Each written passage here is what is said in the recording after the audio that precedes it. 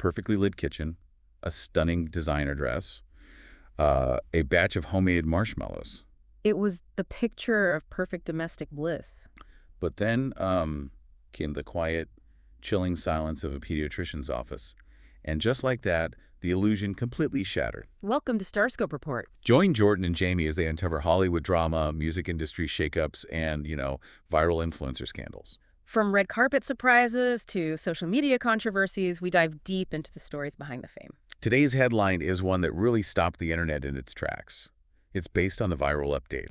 Nara Smith shares heartbreaking update about her daughter. Yeah, this weekend, millions of people basically seamlessly scrolled from a massive, loud stadium wedding that literally shut down parts of Manhattan directly to this really raw, dimly lit video of a 24-year-old mother. Right. Quietly explaining that her 2-year-old daughter has cancer. It's a lot to process. It really is. Yeah. So welcome to today's deep dive. We are unpacking the jarring collision between highly curated internet lives and brutal, unedited reality. Exactly. Our mission today is to look at the architecture of the modern influencer, and how public figures navigate their most private, unimaginable nightmares. Yeah, we're focusing on that shocking announcement from mega influencer Nara Smith regarding her toddler, Whimsy. It's a story that has completely arrested the internet's attention. We're going to explore the intense reality operating behind her really controversial trad wife aesthetic. Oh, there is so much to unpack there. All right. Plus, the compounding personal crises she has been managing entirely out of frame. And later in the deep dive, we'll talk about this shocking celebrity wedding twist that happened this exact same weekend, providing just a massive contrast to Nara's story. We are looking at how a family endures a crisis while living inside a very public, highly monetized fishbowl. Okay, so let's unpack this. We have to start with the diagnosis itself because the timeline here is it's what I find so staggering. Right, for sure. The public only found out about this on Wednesday, July 1st, 2026. Right, just a few days ago. Yeah, when Nara posted that incredibly emotional video on Instagram. But she revealed that this nightmare actually began late last year in 2025. And that gap, between those two dates, that is where the true psychological weight of this story lies. Totally. Nara walked her audience through the whole sequence of events. It started when she and her husband, the model Lucky Blue Smith, noticed what she described as something suspicious on Whimsy. Just hearing that makes my stomach drop. I know. So they took her to the emergency room, and the ER doctors were confused. Like, they couldn't immediately identify the issue or provide a clear answer. If you are a parent, that is uniquely terrifying purgatory. Oh, absolutely. You go to the hospital for answers, and the medical professionals essentially tell you they don't know what they're looking at. Right. From there, the ER referred them back to their pediatrician for specialized follow-up. Okay. And this is the moment where the narrative just takes a chilling turn. Nara described taking her daughter into that appointment, and she noted that the pediatrician went, quote, really quiet and calm. Wow. That specific detail, it just gave me chills when I heard it. Yeah, me too. It's not just a cliche, Yeah. That kind of quiet is something you never, ever want to hear in a medical setting. Yeah, never. It's the sound of a doctor mentally shifting gears from routine pediatric care to full-on crisis management, like a record scratch in a movie. That's exactly what it is. The silence isn't an absence of information. It's the heaviest, most terrifying information possible before a single word is even spoken. And, humans are incredibly adept at reading those micro-expressions. Nara said her heart dropped instantly. I can't even imagine. She said her mother's intuition just screamed, she has cancer. And unfortunately, that intuition was entirely accurate. Oh my gosh. What followed was this grueling, incredibly invasive gauntlet for a 2-year-old child. We're talking x-rays, ultrasounds, and finally a biopsy to determine exactly what they were dealing with. And when those results came back, it wasn't just like a baseline cancer diagnosis. No, it wasn't. The doctors informed the family that the cancer had already spread. Little 2-year-old Whimsy needed to begin chemotherapy treatments immediately. Which brings us back to that staggering timeline you mentioned earlier. Right. Consider the sheer compartmentalization required to manage this. I mean, Nara is receiving this devastating news and starting her toddler on chemotherapy in late 2025. Right, and let's not forget what else was happening in late 2025. Exactly. During this exact same window, she is postpartum. Her youngest child, Fani, was born in September of 2025. So she has a literal A newborn. newborn, yes. Yeah. She is caring for 3 other children at home. She is navigating pediatric oncology wards. And yet she's still producing some of the most highly stylized, flawlessly executed content on the entire internet. it's unbelievable. I gotta ask you, how does someone even do that? I mean, from an analytical standpoint, her entire career, her whole brand is built on sharing her daily life with millions of people. Right. I just keep thinking about the emotional whiplash. Yeah.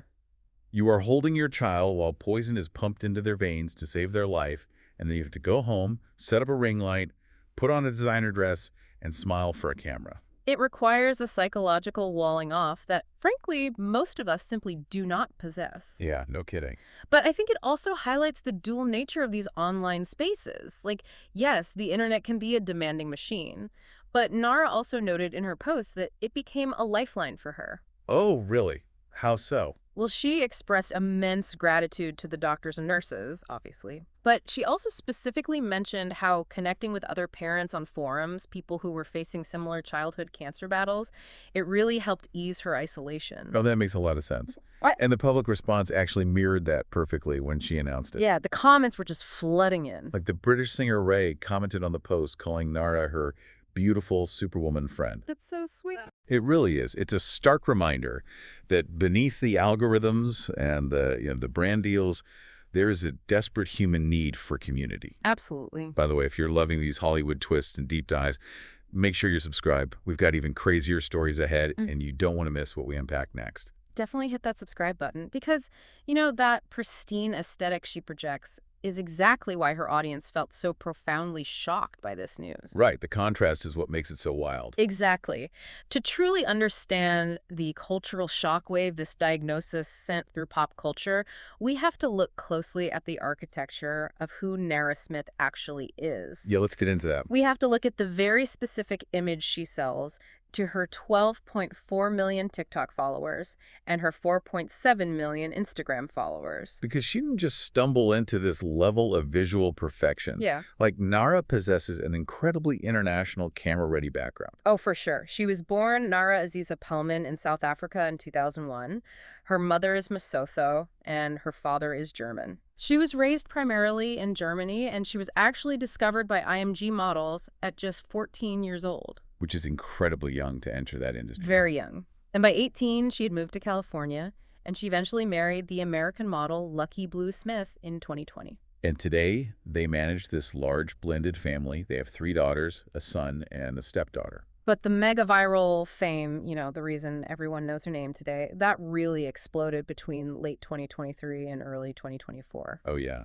If you've spent any time on social media, you have seen her content. You can't escape it. You've probably felt that weird mix of being like totally hypnotized by the cooking, but also wondering, why is she wearing a silk evening gown to sift flour? It's so true. She speaks in this very quiet, soothing whisper, and she cooks these really unconventional, elaborate meals entirely from scratch. Like homemade bubblegum. Homemade marshmallows, intricate baked goods, and it has sparked a massive ongoing controversy. Yeah, the whole tradwife discourse. Yes, exactly. The cultural critique centers around the label tradwife, which is short for traditional wife. Right. Critics argue that by presenting this hyper-domestic, flawlessly dressed, sort of subservient aesthetic, she is subtly perpetuating archaic gender roles. Uh-huh.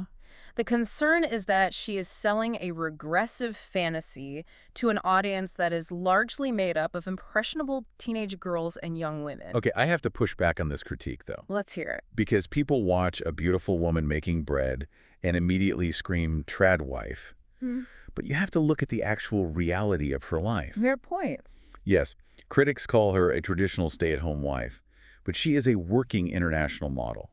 She is the face of major fashion campaigns. That's true. She is a massive social media CEO, actively monetizing an audience of over 17 million people. She's a published author with a cookbook called Homemade, dropping this October. Right, the cookbook. And get this, she was just cast in a 2026 feature film called Tyrant. So my point is, that is not a subservient 1950s housewife. Yeah.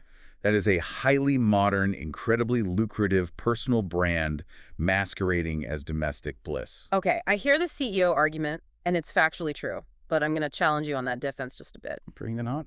You can't deny that she is intentionally leveraging the visual language of the 1950s housewife to game an algorithm that heavily rewards traditionalism and nostalgia. Okay, I see what you're saying. Even if she is pulling the strings behind the scenes as a really shrewd entrepreneur, the actual product she's broadcasting into millions of homes is subservience. Interesting. Her content isn't just cooking. It operates as like an algorithmic anesthetic. An algorithmic anesthetic. Wow. Think about it. In a chaotic world, watching a woman in a ball gown calmly fold marshmallow fluff, it acts as a digital sedative. That is a fascinating way to look at it. And, Nara herself actually chimed in on this debate. Oh, she did. Yeah. During a 2025 podcast interview, she explicitly stated that she is, quote, not the poster child for traditional wives. Right, I remember that. She also had to publicly debunk rumors about her religion. Because she married young and had a large family, people just assumed she was a strict Mormon, mostly because her husband's family historically was. People love to jump to conclusions. They really do. She had to post videos clarifying she is not Mormon, she didn't have a temple wedding, proving how quickly the internet takes visual cues like modest dressing and baking and just projects an entirely fabricated narrative onto a real person. Which forces us to ask a pretty crucial question. If she isn't doing this for some rigid ideological reason, why is she spending hours making bubblegum from scratch while raising 4 kids? Exactly. And this brings us to the reality behind the aesthetic. Because those perfectly plated meals aren't just a quirky aesthetic flex. No, they aren't. They are actually rooted in a biological survival mechanism. Mm-hmm. And that's not even the wildest part of what she's been dealing with behind closed doors. Right. This is where the illusion of effortless perfection really starts to fracture. Nara has been very open about her personal health battles, specifically her struggles with severe eczema and a formal lupus diagnosis. Which is incredibly serious. It is. For those who don't know, lupus is a complex autoimmune disease where the body's immune system basically loses its internal compass. Right. It cannot differentiate between healthy tissue and foreign invaders, so it attacks the body's own skin, joints, and organs. It causes massive, painful inflammation. So her transition to cooking everything from scratch wasn't born out of a desire to role-play a 1950s housewife. It was a literal medical necessity. Exactly. By making her own butter or bread, she is stripping out hidden preservatives, inflammatory seed oils, and processed chemicals. Right. She's controlling the variables. Yeah. She needed absolute, rigorous control over every microingredient entering her body just to keep her immune system from attacking itself. Precisely. The hyper-controlled kitchen aesthetic is actually a byproduct of managing a chronic invisible illness. Wow. And the health challenges don't stop there. The contrast between the serene environment we see on our screens and the compounding chaos of her actual life is startling. Definitely. They recently moved to the East Coast, and the transition has been relentlessly stressful. Yeah, in a recent update, Nara opened up about her 8-month-old baby, Fawny, suffering from a severe eczema flare-up. Oh, that poor baby. She described this intense rash around the infant's mouth that became so inflamed it actually started to bleed. That is terrifying. Right.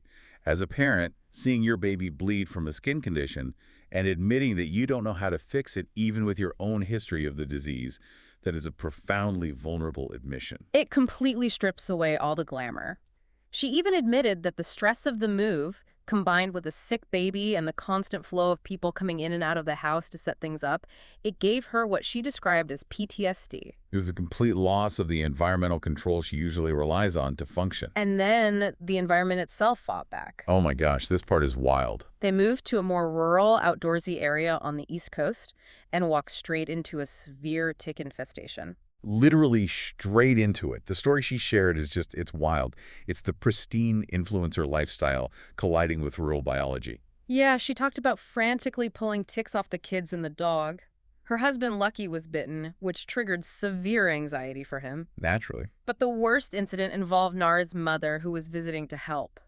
Her mom was bitten so badly, with the tick deeply embedded in her skin, that she literally had to drive to the hospital to have it surgically removed. Just a nightmare scenario all around. Nara used the exact phrase, a hot mess, to describe their life recently. Hearing someone whose entire empire is synonymous with absolute control use that phrase, it's a stunning pivot. You know, I liken her social media feed to a beautiful swan gliding effortlessly across a lake. Oh, I like that analogy. But underneath the water, completely out of frame, her feet are paddling frantically through lupus, infant bleeding eczema, East Coast tick infestations, and pediatric cancer. Yeah, earlier we talked about the algorithmic anesthetic, the idea that her content soothes us. Right. But when you look at the medical records and the daily reality, you realize the creator needed the anesthetic just as much as the audience did. Absolutely. That is the heavy, messy reality hidden behind the homemade marshmallows. And this hidden reality leads us to an incredibly surreal cultural contrast. Yes, let's get into this because this is where the weekend just felt totally disjointed.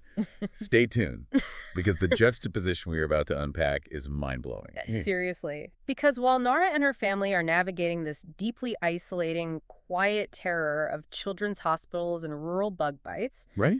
the rest of the celebrity ecosystem was operating on a completely different, almost absurdly loud frequency this exact same weekend. Yeah, while Nara is posting about her toddler's cancer battle, the dominant pop culture spectacle happening in New York City is the massive July 4th weekend wedding of Taylor Swift and Travis Kelce at Madison Square Garden. The contrast couldn't be more striking. On one hand, you have a family fighting for their child's life in private. On the other, you have a manufactured mega spectacle so large it requires shutting down major arteries of Manhattan. It is the definition of celebrity excess. I mean, you have local business owners taking to the news to express their frustration over massive road closures just so VIP wedding guests can arrive unimpeded. Right, and it wasn't just locals complaining. No, you had political commentators like Hassan Piker publicly blasting the wedding. He criticized it as an insane and inappropriate use of public resources to secure a private event. And the live updates were just relentless all weekend. Carly Kloss making a surprise appearance, rumors of the wedding turning into a stadium-sized concert. It was manufactured perfection blasted at maximum volume. Exactly. And this contrast perfectly illustrates a sociological theory known as context collapse. Context collapse. Break that down for us. So context collapse happens when vastly different audiences in completely different social situations are forcibly flattened into a single space. Okay, I see. Historically, you would consume celebrity gossip in a tabloid, and you would hear about a friend's medical crisis in a private phone call. The mediums were distinct. But today, the smartphone screen strips away all of those environmental cues. The algorithm doesn't distinguish between emotional weights. Exactly. The algorithm serves up a highly produced, stadium-sized pop star wedding and a deeply traumatic video about a toddler starting chemotherapy on the exact same psychological plane. It's just wild to think about. We consume a mother's darkest hour with the exact same passive scrolling thumb motion that we use to consume paparazzi photos of wedding guests. Wow. By putting these two vastly different realities side by side, the medium flattens both into mere content. So let me pose a question to you, the listener, about your own daily media diet. Yeah, this is a good one. Does our consumption of highly curated influencer content fundamentally break our empathy?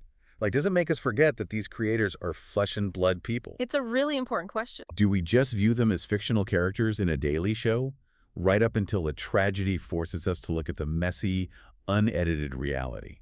Honestly, it's easy to do. Because I know I've been guilty of looking at a pristine, glowing kitchen online and feeling a sharp twinge of jealousy, completely forgetting that disease and disaster do not care how expensive your countertops are. It's a very natural human reaction, though. Yeah. We are biologically wired to compare our behind-the-scenes reality to the highlight reels of others. Right. But this deep dive into Nara Smith's story serves as a really powerful, necessary corrective. It really does.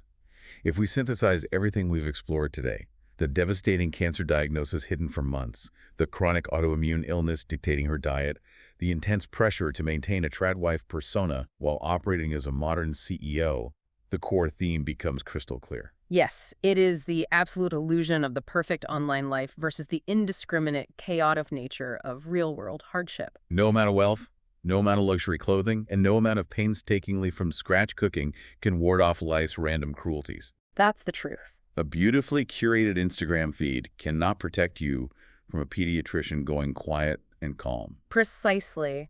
And while most of us do not have millions of followers analyzing our every move, we all curate our lives to some extent. We totally do. We post the smiling vacation photos, but, we don't post the bitter argument we had in airport parking lot. Right.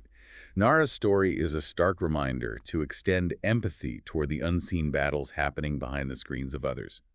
whether they are global influencers or just our friends and neighbors. You never truly know what kind of chaos someone is managing off camera. Exactly.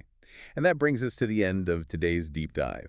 But before we go, we need to talk about the concept of the parasocial bond. Right. For those unfamiliar, a parasocial relationship is a one-sided psychological bond. You, the viewer, expend emotional energy, time, and care on a public figure who doesn't even know you exist. You feel like you are standing right there in Nara's kitchen with her, even though she is literally a stranger. Which leaves us with one final provocative thought to mull over today. What's that? If an influencer's entire empire and the parasocial bond that sustains it is built on the fantasy of absolute, untouchable perfection, what happens to their relationship with the audience when they inevitably invite them into their deepest, most unaesthetic pain? It's fascinating. Does showing this level of terrifying, unedited vulnerability break the parasocial bond because the comforting fantasy is ruined? Or does shattering that illusion forge a stronger, more authentic human connection than a perfectly lit video of homemade marshmallows ever could? Think about that next time you find yourself mindlessly swiping past a perfectly lit kitchen. Such a good point. You've been listening to Starscope Report, where Jordan and Jamie uncover the stories shaping Hollywood, music, and pop culture. Thanks for tuning in, and don't forget to subscribe for more stories that keep the stars shining.